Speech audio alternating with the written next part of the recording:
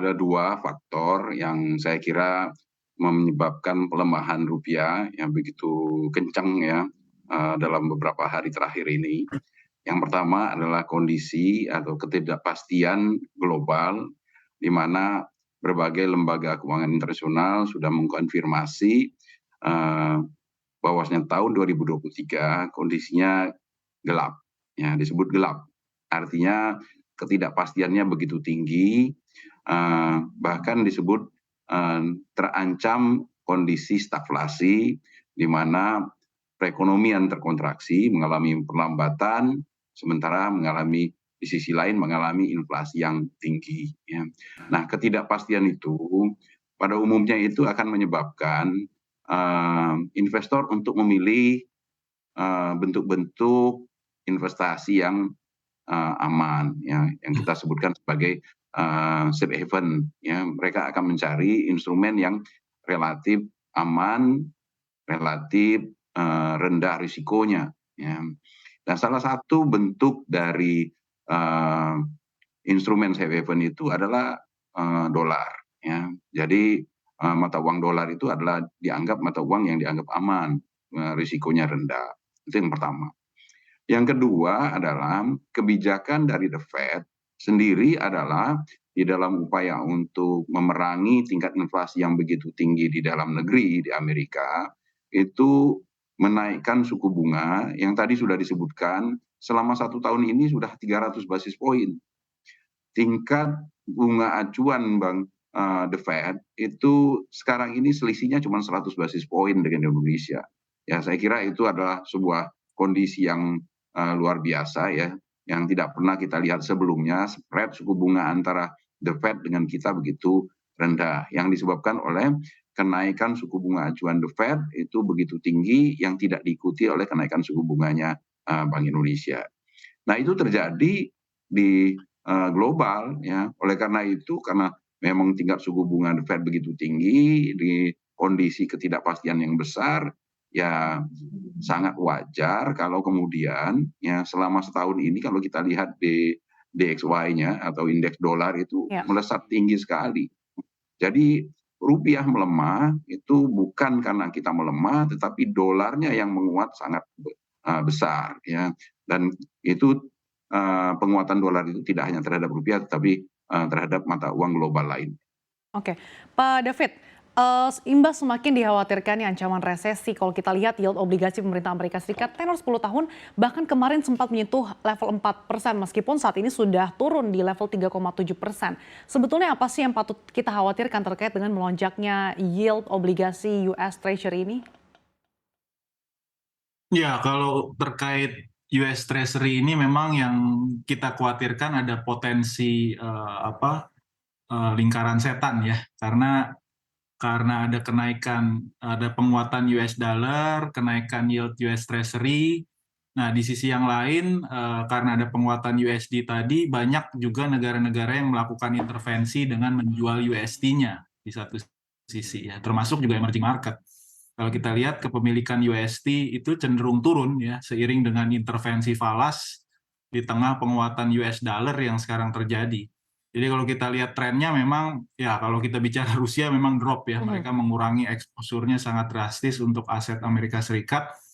Tapi untuk yang lain mungkin yang US allies kita lihat masih cukup stabil dan negara-negara offshore center juga kecenderungan naik ya. Tapi yang lain ini kecenderungan turun karena mereka harus intervensi. Kalau kita lihat di sini kan bukan hanya negara emerging market yang mata uangnya jatuh cukup dalam ya. Negara terkuat ekonominya ketiga seperti Jepang dan yang kelima seperti UK itu pelemahannya sudah 20% year to date ya.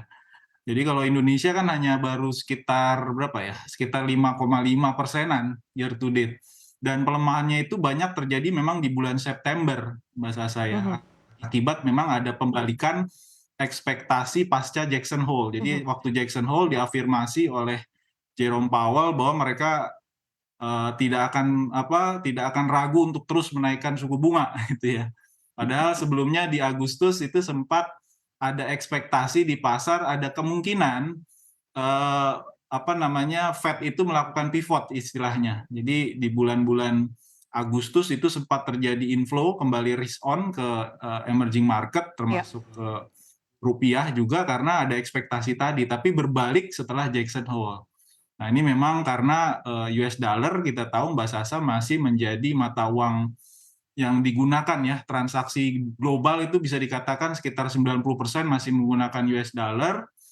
Dan apa yang terjadi di market, apa yang dikatakan oleh Jerome Powell itu menjadi patokan gitu ya, buat market dalam pembentukan ekspektasinya tadi gitu.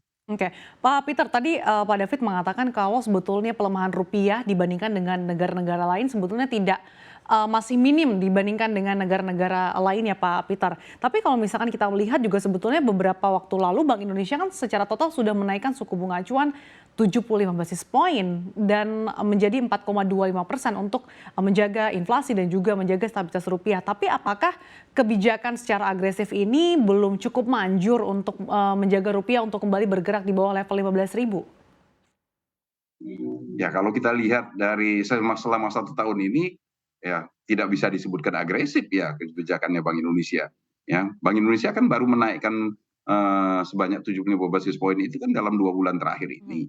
Sementara sebelumnya ketika The Fed sudah mulai menaikkan suku bunga, BI masih menahan suku bunganya ya dengan pertimbangan kondisi kita yang masih cukup mampu untuk menahan tekanan pelemahan pada waktu itu ya. BI masih cukup pede ya dengan kondisi neraca perdagangan kita yang surplus ya dan kondisi komposisi modal asing yang di dalam negeri juga sudah menurun drastis ya. Sekarang kan kepemilikan asing di pasar SBN, di pasar modal kita kan sudah sangat jauh turun. Dan itu yang saya kira menyebabkan BI PD selama ini yakin bahwasanya walaupun BI tidak tidak menaikkan suku bunga seagresif The Fed, BI masih mampu meyakini rupiah akan bertahan ya, dan itu terbukti ya. Selama sebelum tadi Mas David juga sudah mengatakan pelemahan rupiah kan terjadinya di bulan September ini ya. Sebelumnya itu relatif masih bisa bertahan walaupun tentunya BI juga tidak mudah untuk mempertahankannya tetap di bawah 15.000. Tetapi ternyata kan kenyataannya sampai dengan bulan Agustus itu rupiah kita masih bisa bertahan di bawah 15.000. Pelemahan rupiah kita relatif kecil dibandingkan negara-negara lain ya. Nah untuk bulan ini ya, selain memang kondisinya sudah berbalik tadi disampaikan oleh Mas David, saya sependapat sekali kondisinya kalau di sampai bulan Agustus itu pasar masih ada keyakinan bahwasanya The Fed dengan melihat kemungkinan adanya resesi itu akan berbalik ya, tidak meneruskan kebijakannya yang hawkish, dia akan menurunkan bahkan bisa berbalik Ya. menurunkan suku bunga ketika itu. Tetapi saat ini di dalam Jackson Hole itu Jerome Powell sudah memastikan bahwasanya kenaikan suku bunga ini masih akan berlanjut dan itu yang membuat pasar semakin yakin untuk ya seperti sekarang ini yang memindahkan ya memposisikan kembali investasi mereka yang menyebabkan dolar menjadi semakin kuat.